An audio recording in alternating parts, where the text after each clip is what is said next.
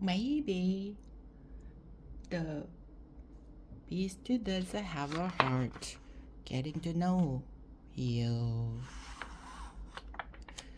Maybe the beast doesn't have a heart. Throat Bella. That very day, he had rescued her from a pack of wolves in the forest. Even though the beast was angry with Bella for having left the castle against his orders, he had risked his life to save her. Perhaps I could try a little harder to be his friend, she told herself. Mrs. Potts the teapot, Lumiere the candlebum, and Cogsworth the mantel clock were hopeful. If the beast and Bella fell in love, the spell that had turned the servants into household objects would be broken, and they and the beast would be human again. Bella put a blanket over the beast, but he didn't say anything. That night,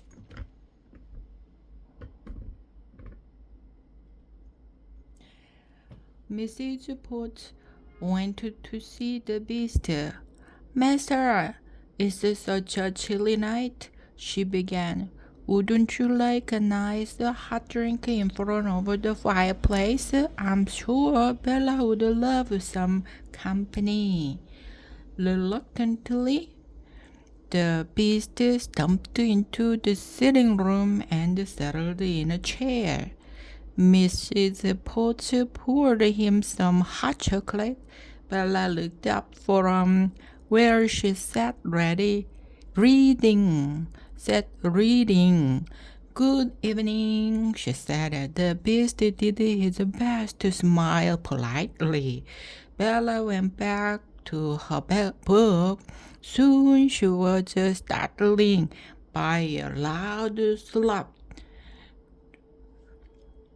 She looked over at the beast. He had a chocolate mustache. Oh dear, the beast realized he hadn't been very polite. Discouraged, he set his cup down and slumped in his chair. Mrs. Potts saw what had happened and was determined to get Bella and the beast to have a nice evening. Why don't you read to us, Bella? She suggested.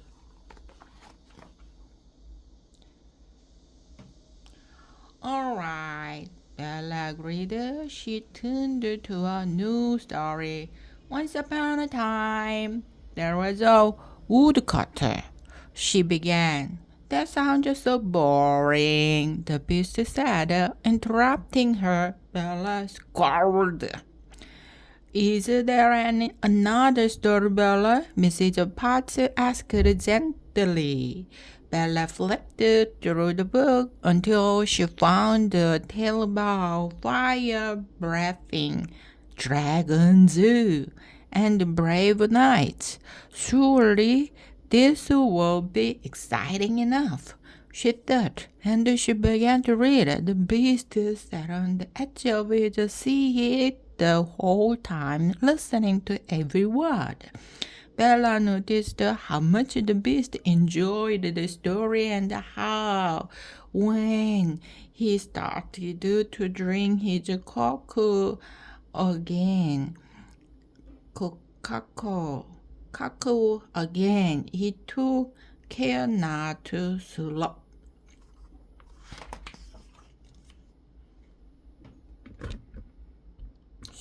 하고 마시는가.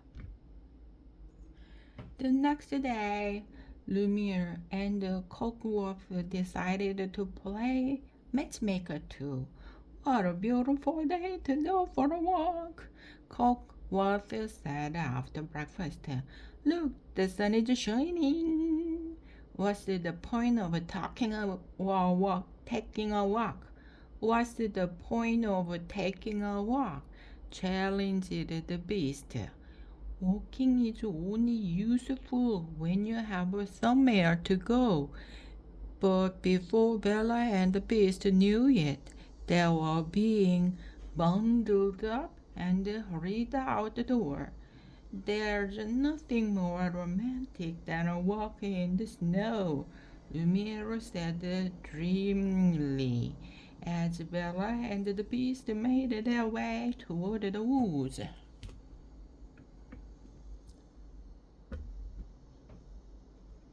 Bella and the Beast walked along in uncomfortable silence. Then they came to a very large mud puddle. While Bella tried to figure out how to cross it without getting dirty, the Beast stumped ahead.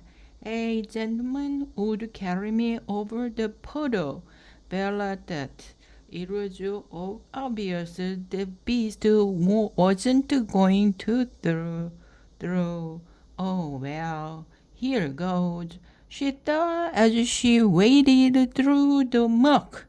Her skirt, coat, and boots got covered in mud.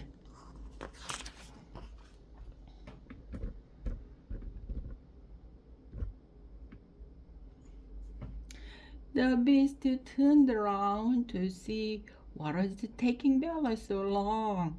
He noticed how dirty her pretty outfit had gotten. Oops, he thought to himself, I guess I should have helped her.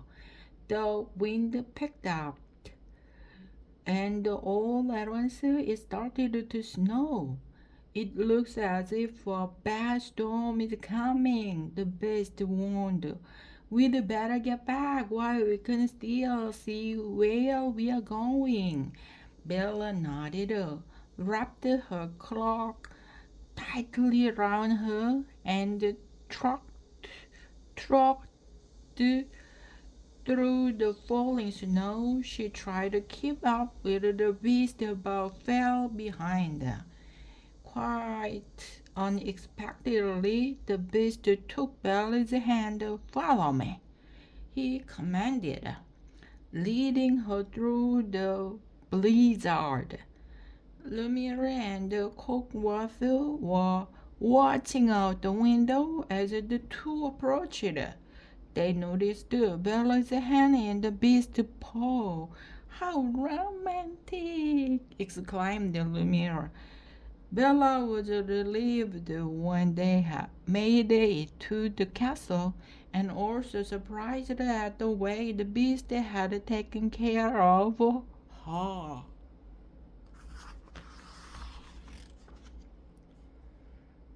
A few minutes later, Bella went upstairs to change. It looks as if you and the master are getting to know each other better, Mrs. Potter said.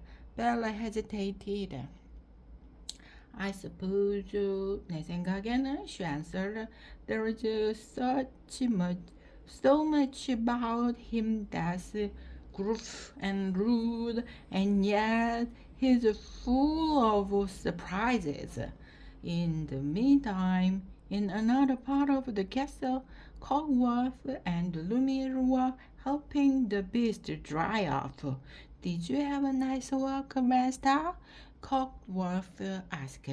The Beast hesitated. Yes, sir, he began. Bella can be rather boring and proper. But then she walked through the mud without complaining, and she didn't act scared when we got caught in the storm.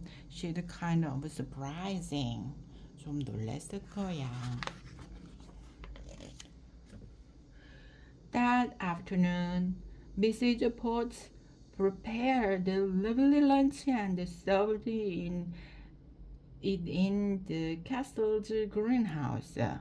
Remember, Master, Lumiere whispered as the Beast went to the table. Young ladies appreciate politeness. Try to be understanding. Mrs. Potts backed Bella that masters and manners aren't what they should be, but he's trying. When they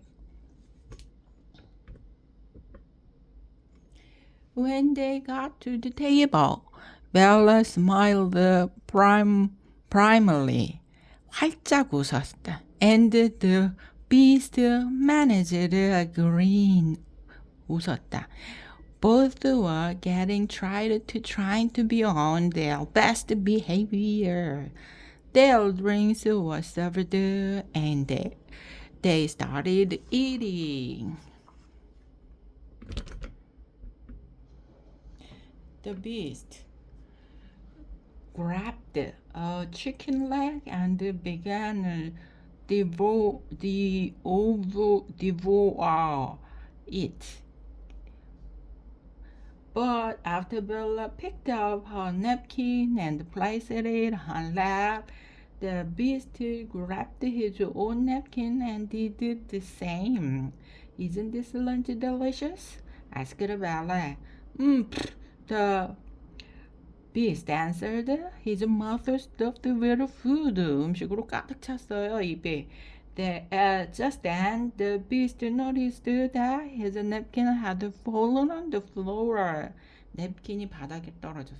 He ducked down to retrieve it.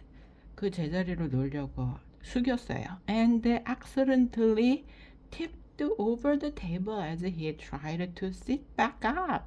A roll flew off his plate and hit Bella in the face. Oh, thought the beast. Even he knew that throwing food was not polite. This lunch was a disaster. He was about to apologize when he saw a playful smile on Bella's face. To his surprise, she threw the roll right back at him. Bang! It hit on his ear. Bella took a look at the beast's startled expression and burst out laughing. 웃음이 터져나왔어. When Mrs. Pot, Lumiere, and Coldworth came to check on the pair, they couldn't believe their eyes. The room was a mess. Food was everywhere on the floor, the drapes, the windows. It looked like there had been a food fight. But what was most surprising of all was that Bella and the Beast couldn't stop laughing. 웃음을 멈추지 않았어요. Oh la la. Lumiere exclaimed, "What happened here?" Mrs. Potts smiled knowingly. "I think they discovered what we forgot. The real way to make friends is to relax and to be yourself. It looks like they did just that."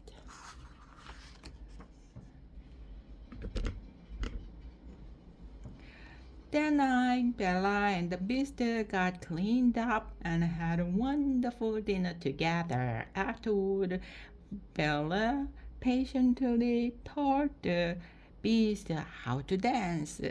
He listened carefully to everything she told him, and soon the two were gliding across the dance floor in step with each other at last.